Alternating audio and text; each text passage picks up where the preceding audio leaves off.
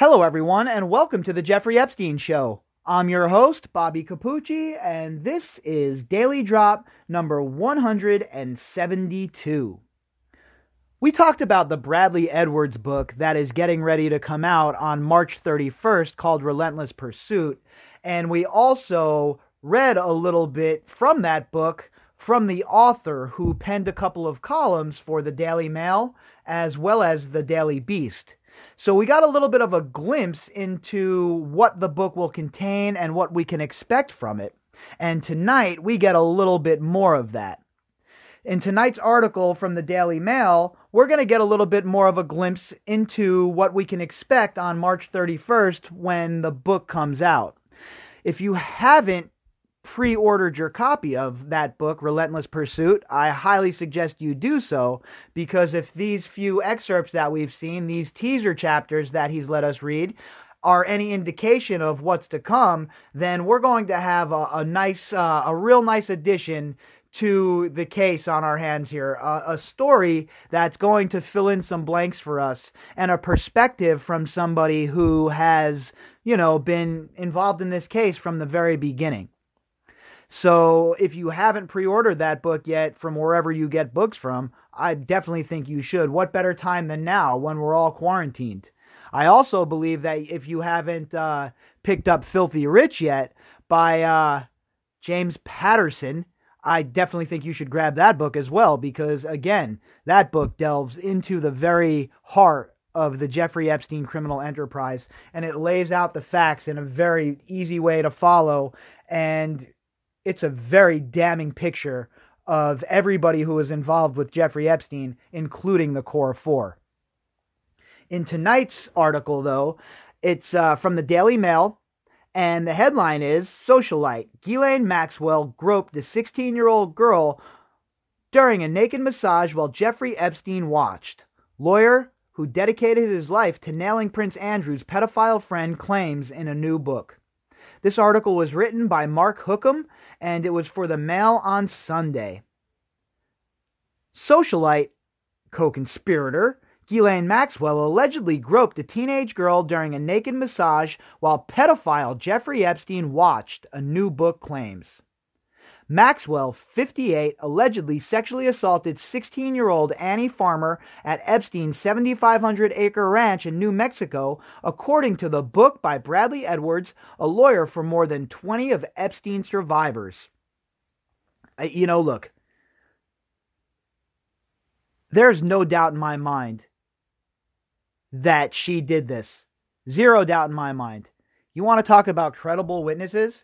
You all know where I stand when it comes to Virginia Roberts, right? She's proven she's proved just about everything she said with receipts and pictures and corroborating evidence, etc., etc. The same goes for Annie Farmer and Maria Farmer.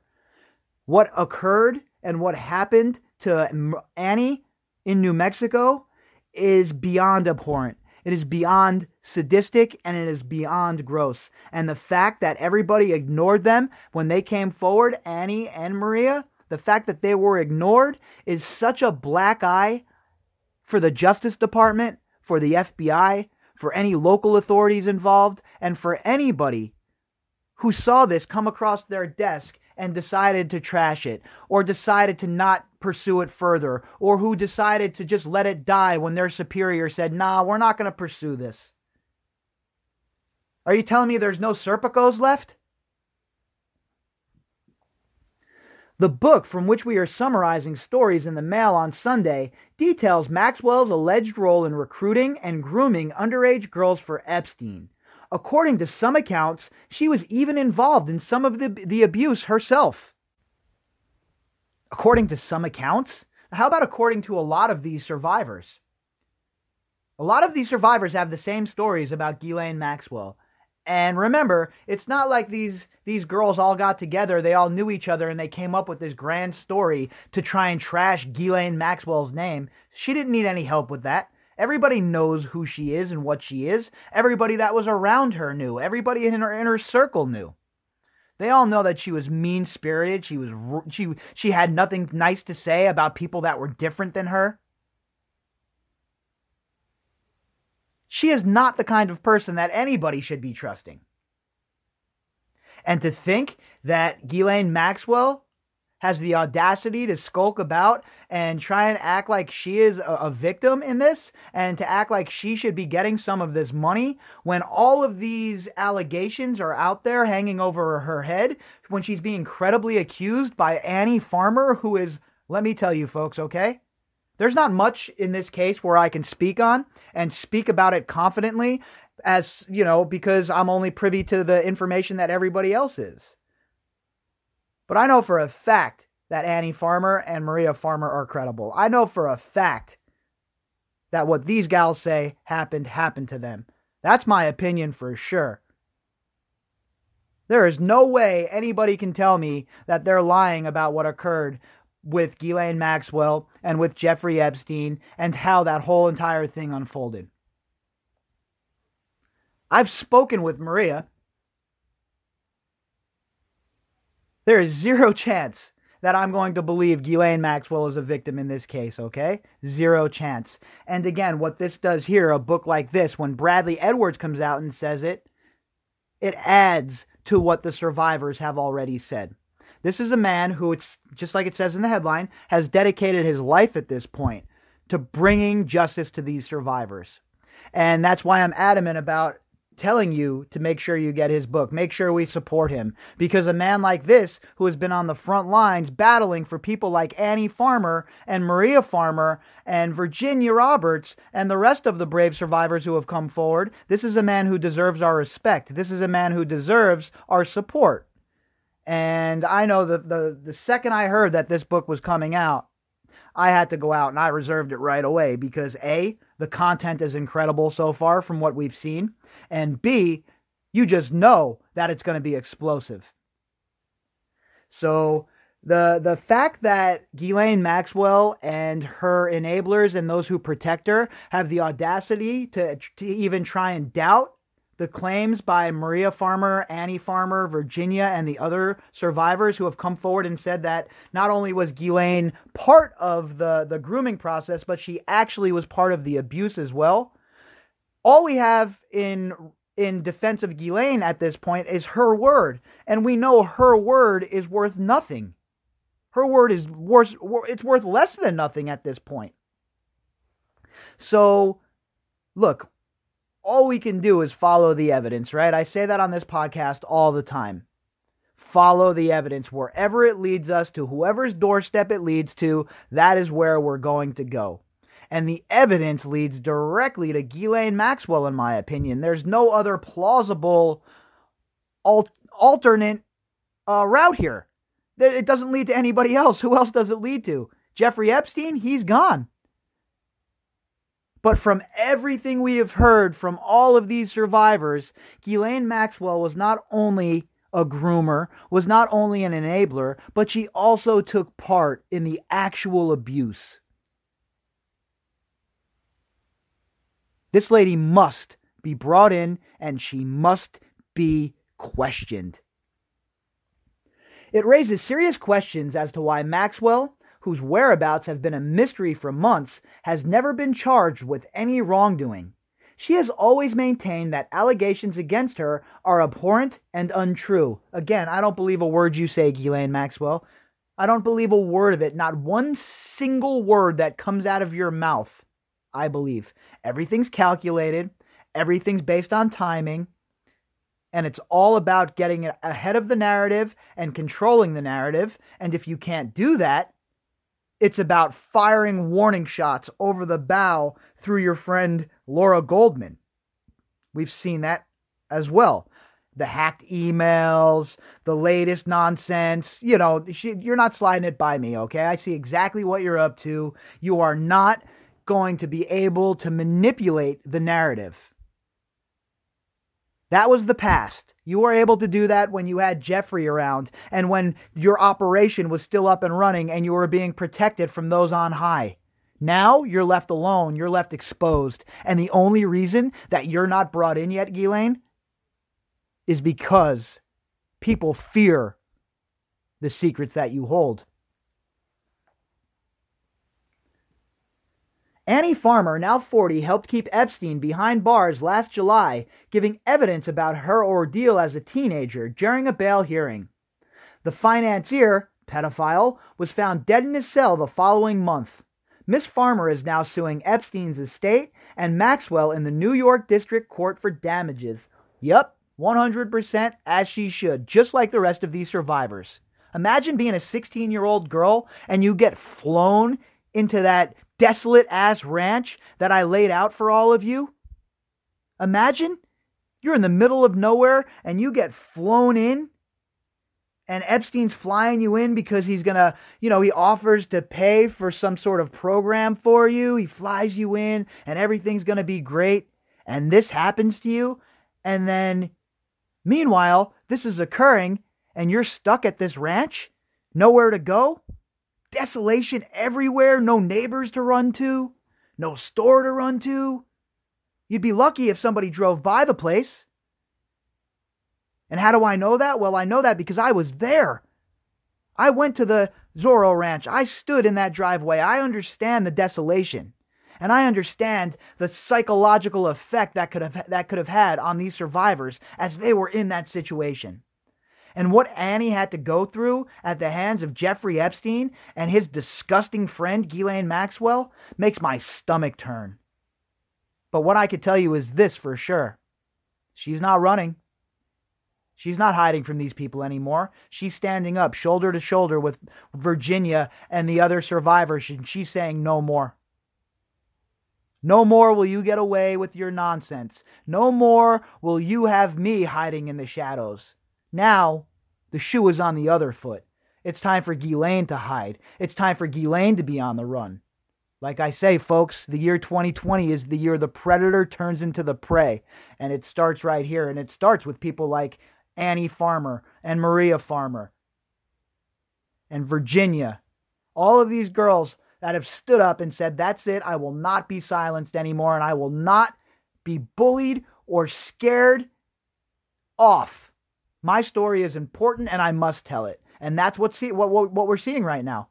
We're seeing the emergence of all of these gals coming forward and standing shoulder to shoulder and having people like Ghislaine on the run, Glenn Dubin stepping down, Les Wexner stepping down, Prince Andrew in the background, Jess Staley's on the ropes.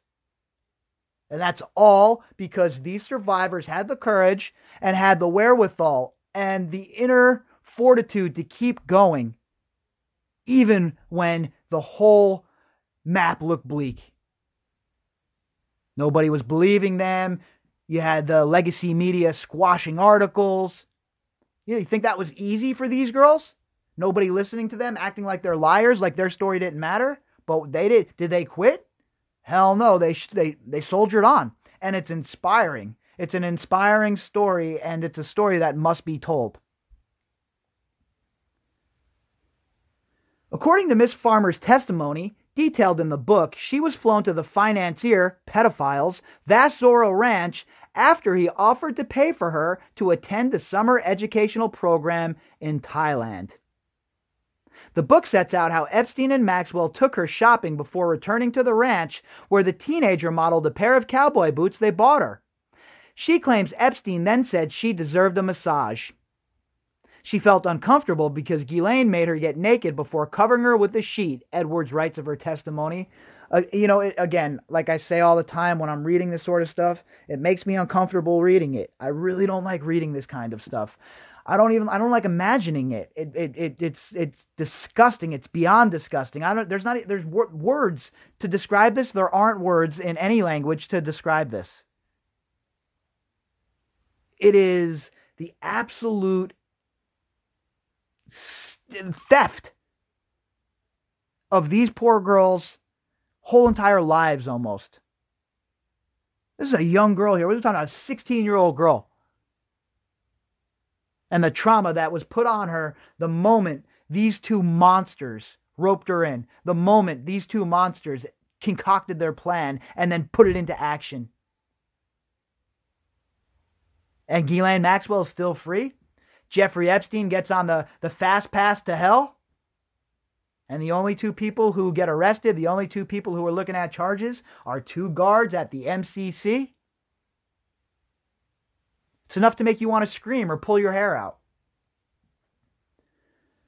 She claims that Ghislaine then massaged her. At one point, Miss Farmer alleges Ghislaine pulled the covers off, exposing her breasts before beginning to massage them.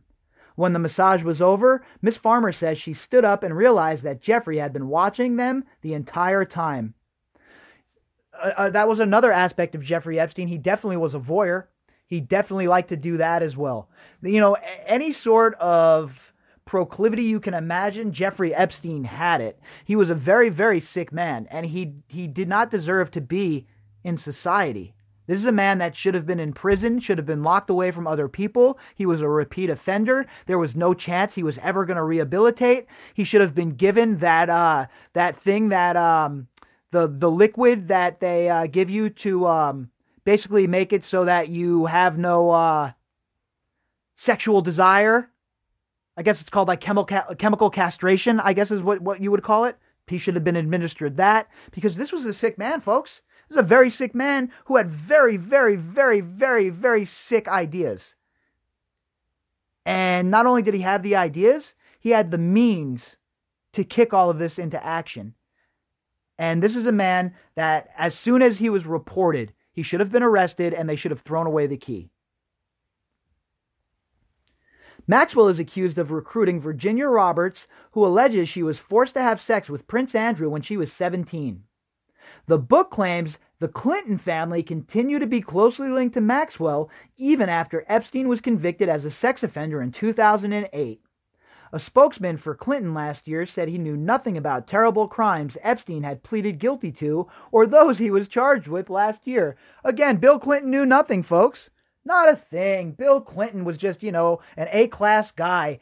Jeffrey Epstein was just somebody on the peripheral. You didn't really know him. Come on, I didn't know Jeffrey Epstein. It's not like him and Ghislaine Maxwell were really close to me or anything. It's not like I was on his plane 27 times. It's not like he pumped millions into the the Clinton Global Initiative. It's not, no big deal. We weren't really close. Meanwhile, we know that's a bunch of BS. We know he was at Zorro Ranch multiple times. We know he was at Zorro Ranch with his family. We know all of this, but yet he lies. He continues to lie, and nobody calls him on the carpet in the legacy media. Makes you wonder why, doesn't it? What are they so scared of? What are they hiding? Why don't they dig deeper? The legacy media has been complicit from the very beginning in this case. They are absolutely disgusting with the way they conducted themselves in regards to this case. How is Bill Clinton not being completely hammered by reporters about this case? You're not close to Epstein, you say, Bill. Well, what about all those millions? Did you guys give the millions back after you heard about what happened or not? What's up with your boy Doug Band, Bill? See what I mean here? See where I'm going with this? Even Prince Andrew of the Royal House of Windsor is under immense scrutiny. But somehow, Bill Clinton is skating free here in America? Unacceptable. There needs to be more scrutiny. There needs to be more questions asked. And that has to be done by the legacy media. There's no independent journalists getting close to the Clintons to have a conversation with them. There's no content creators calling up Bill Clinton and saying, hey, Mr. Clinton, ex-President Clinton, you think we could have some of your time to talk about the Jeffrey Epstein case? Yeah, right. He won't even talk to the legacy media. But their job is to keep going until he does talk to them. Put out as much pressure as you possibly can to make him talk about this case. Why isn't he going on record? Why isn't he subpoenaed? What's good for the goose is good for the gander, folks.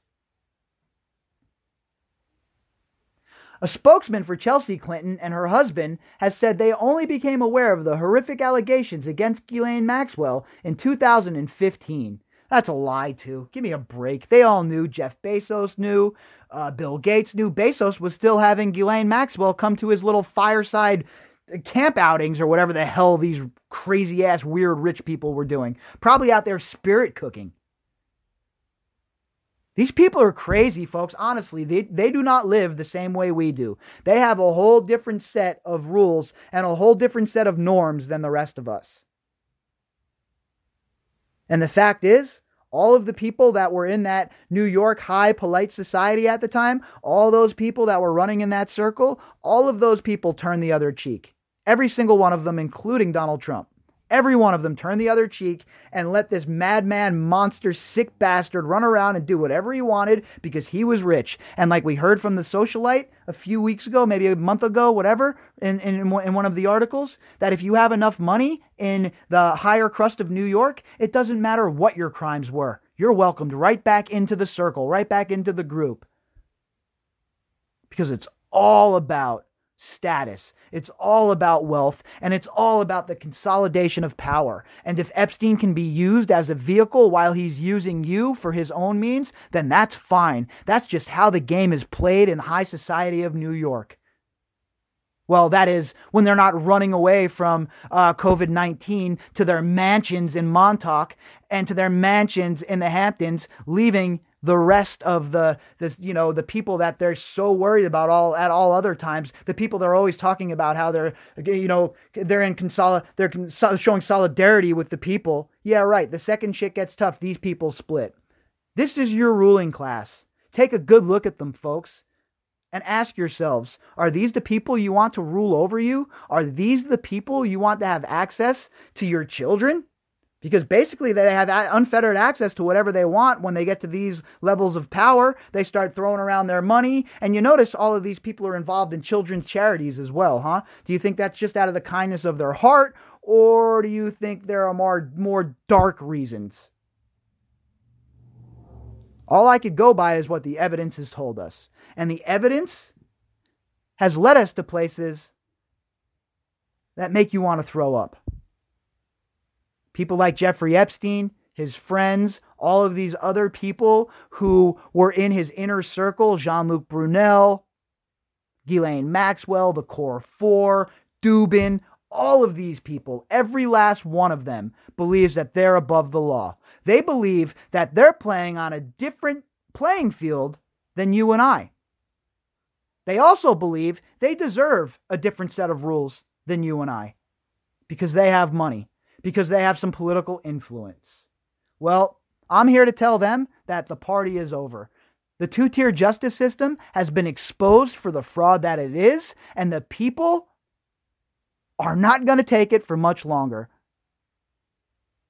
The hiding, the squashing of stories, the censorship, those days are gone. Now, with the internet and social media, we can bypass the legacy media and get the real story. And that, my friends, terrifies them. So, keep up the full court press. Keep your foot to the gas and keep them on their heels. They're on the run. Let's just keep it up. Let's keep the fire blazing hot, and let's make sure that we do not let this story die. If you'd like to contact me, you could do that at Bobbycapucci at protonmail.com. That's BOBBYCAPUCCI at protonmail.com. You can also find me on Twitter at BOBBY_CAPUCCI. Also, you can find my new podcast, COVID-19, the pandemic that changed everything. You'll find the link here in the description box, but you can also find it on the Spreaker site, where you would go and find the Jeffrey Epstein Show. If you click on the link, the Perfect Blue Studio link, that will also take you to all the other podcasts that we host. You can check out the COVID-19, the pandemic that changed everything, episode 1, an origins episode, there.